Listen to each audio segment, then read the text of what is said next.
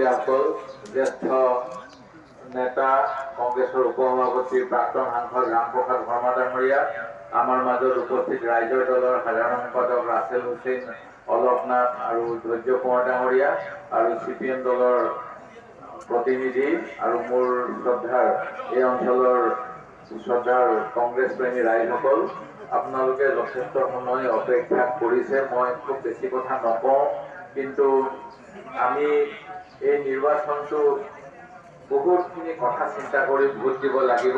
আৰু আপোনালোকে বিজেপি দলে বৰ্তমানে যি মিছা কথা কোৱাৰ এটা কম্পিটিশ্যন লগাইছে, প্ৰধানমন্ত্ৰীয়ে বেছি কথা ক'বনে মিছা কথা, মুখ্যমন্ত্ৰীয়ে বেছি মিছা কথা ক'ব, তাৰ মাজৰ পৰাও আপোনালোকে যে কংগ্ৰেছৰ সঁচা কথাখিনি শুনিবলৈ আহিছে, তাৰ বাবে আপোনালোকক ধন্যবাদ জনাইছোঁ। কাৰণ মই গম পাওঁ, যোৱাকালি গুৱাহাটীৰ ৰোড শ্ব' বুলি কৈছে, কিন্তু গোটেই অসমৰ বিভিন্ন অঞ্চলৰ পৰা মেছেজ দি তেওঁলোকে গুৱাহাটীত মানুহৰ ভিৰ কৰাইছে। এইকাৰণেই গুৱাহাটীৰ মানুহৰ কি হাৰাশাস্তি হৈছে কালি আমি সংবাদ মাধ্যম ছ'চিয়েল মিডিয়াত দেখা পাইছোঁ।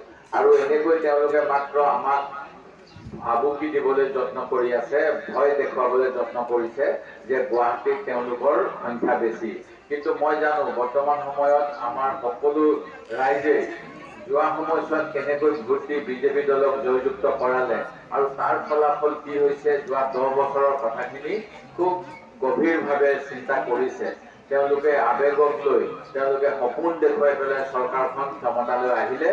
অসমক সপোন দেখুৱাইছিল 2014 চনৰ 16 মে'ৰ পিছত বিদেশী নাইকিয়া হ'ব, অসমৰ বান সমস্যা দূৰ হ'ব, নিবনুৱা সমস্যা দূৰ হ'ব আৰু কিমান কথা, 6 জাতি জনগোষ্ঠীক সুবিধা দিয়া হ'ব, জনজাতিকৰণ।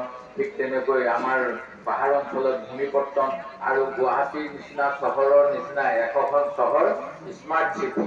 আজি আমাৰ গুৱাহাটী মহানগৰ উত্তৰ পূৰ্বাঞ্চলৰ দুৱাৰ বুলি কয়। ইয়াত যেতিয়া কংগ্ৰেছৰ দিনত বাছ আনিছিল জৱাহৰলাল নেহৰু আৰবান ৰুৰেল মিছনৰ অধীনত, তাৰপিছত তেখেতসকলে স্মাৰ্ট চিটি নাম দি আজি স্মাৰ্ট চিটিৰ কেইদিনমান পূৰ্বে এটা সমীক্ষা ওলাইছে যে গুৱাহাটী কিমান তলত গৈছে, পানী যোগান নাই, ষ্ট্ৰীট লাইট নাই, ৰাস্তা নাই আৰু কটকী নাই। এই কথাখিনি আপোনালোকৰ ইয়ালৈ আহোঁতে সকলোৱে গম পাব। আপোনালোকৰ যিবিলাক আলহী আহে দূৰৰ পৰা, কাৰণ আপোনালোকে মহানগৰ হোৱাৰ পিছত ইয়াত বসবাস কৰিছে, আৰু সেই মানুহখিনিয়ে নিশ্চিতভাৱে দেখিছে যে কেনেকুৱা উন্নয়ন ক'তো হোৱা নাই, মাত্ৰ উন্নয়ন খবৰ কাগজৰ বিজ্ঞাপনত হৈ আছে। আৰু মিছা কথা কোৱাৰ তেওঁলোকৰ যি প্ৰতিশ্ৰুতি, ভাল দিন আহিব বুলি কৈ আজি কেনেকৈ ভাল দিন আনিলে আমি বিজেপি দলে যেতিয়া ভুৱা ফৰ্ম লৈ যাব বা ভোট বিচাৰি যাব, আমাৰ ৰাইজে তেওঁলোকক বুজিব লাগে। কাৰণ ভোটটো মহামূল্যৱান আৰু ভোট দিয়া হয় নিৰ্বাচনৰ সময়ত দিয়া প্ৰতিশ্ৰুতি ভিত্তিত।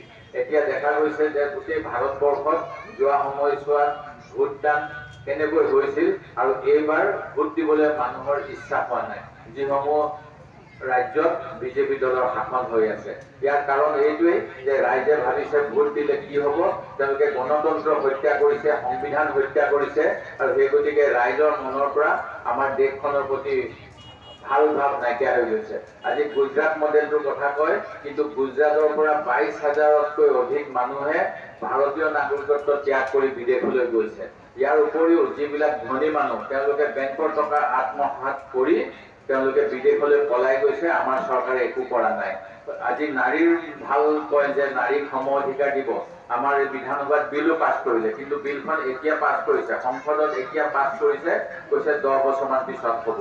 কিন্তু আমাৰ কংগ্ৰেছ দলে বিল পাছ হওক নহওক, আজি বিজেপি দলৰ মাত্ৰ এগৰাকী মহিলা প্ৰাৰ্থী দিছে, আমাৰ কংগ্ৰেছে দুগৰাকীকৈ প্ৰাৰ্থী দিছে।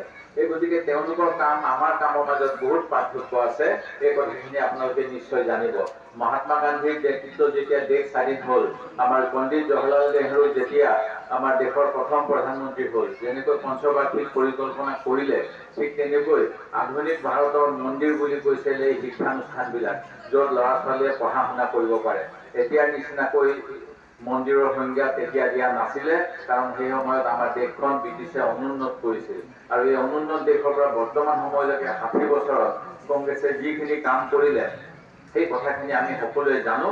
কেনেকৈ পূৰ্বতে কিমান গাঁৱত বিদ্যুৎ যোগান আছিল, কিমান গাঁৱত পানী যোগান আছিল, কিমান অঞ্চলত শিক্ষানুষ্ঠান আছিল, কিমান অঞ্চলত হস্পিটেল আছিল, এই কথাখিনি যাব লাগিব। আজি কেনেকৈ 2004 চনৰ পৰা 10 বছৰলৈ যেতিয়া UPA চৰকাৰ সোনিয়া গান্ধী আৰু আমাৰ ডক্টৰ মনমোহন সিঙৰ নেতৃত্বত হৈছিল, তেতিয়া খাদ্যৰ অধিকাৰ, শিক্ষাৰ অধিকাৰ, আমাৰ কামৰ অধিকাৰ ইত্যাদি বিভিন্ন আঁচনি আনিছিল। কিন্তু এই চৰকাৰখন বিজেপি চৰকাৰ অহাৰ পিছত আমাৰ সকলো মানুহকে ভাল সপোন দেখুৱাই এটাও সপোন তেওঁলোকে পূৰণ কৰা নাই। সেই গতিকে এই সময়টোত আমাৰ হ'ব যে আমি জবাবদিহি কৰিব লাগিব। আজি বিদেশৰ অসম চুক্তিৰ কথা যদি আমি সকলোৱে জানো, আজি অসম চুক্তিক ভংগ কৰি তেখেতসকলে 2014 চনলৈকে অহা বিদেশীক সংস্থাপন দিব বিচাৰিছে, যাৰ ফলত আমাৰ অসমীয়া জাতি বিপন্ন হ'ব পাৰে।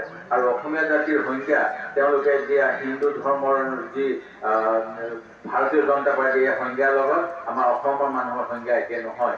আজি ভাষাৰ ভিত্তিত আমাৰ অসমীয়া জাতি গঠন হৈছে। যেতিয়া অসম ৰাজ্য গঠন হৈছে, তেতিয়া বৰপেটা, গোৱালপাৰা, ধুবুৰী এই অঞ্চলৰ যিসকল অভিবাসী তেখেতসকলে তেওঁলোকৰ মাতৃভাষা অসমীয়া বুলি কোৱাৰ কাৰণে অসম ৰাজ্যখন গঠন হৈছে। কিন্তু এতিয়া যদি আমি চাওঁ, তেওঁলোকে যিটো ধৰ্মৰ ভিত্তিত দেশ গঠন কৰাৰ কথা কয়, আজি পাকিস্তানখনৰ পৰা বাংলাদেশ খণ্ডিত হৈছিল একমাত্ৰ ভাষাৰ কাৰণে, ধৰ্মৰ কাৰণে নহয়। সেই গতিকে ধৰ্মই সকলো মানুহৰ যিটো ধাৰণা দিছে যে ৰাষ্ট্ৰ হয়, সেই ৰাষ্ট্ৰৰ ধাৰণা কেতিয়াও নহয়। সেইটো ভুল সিদ্ধান্ত।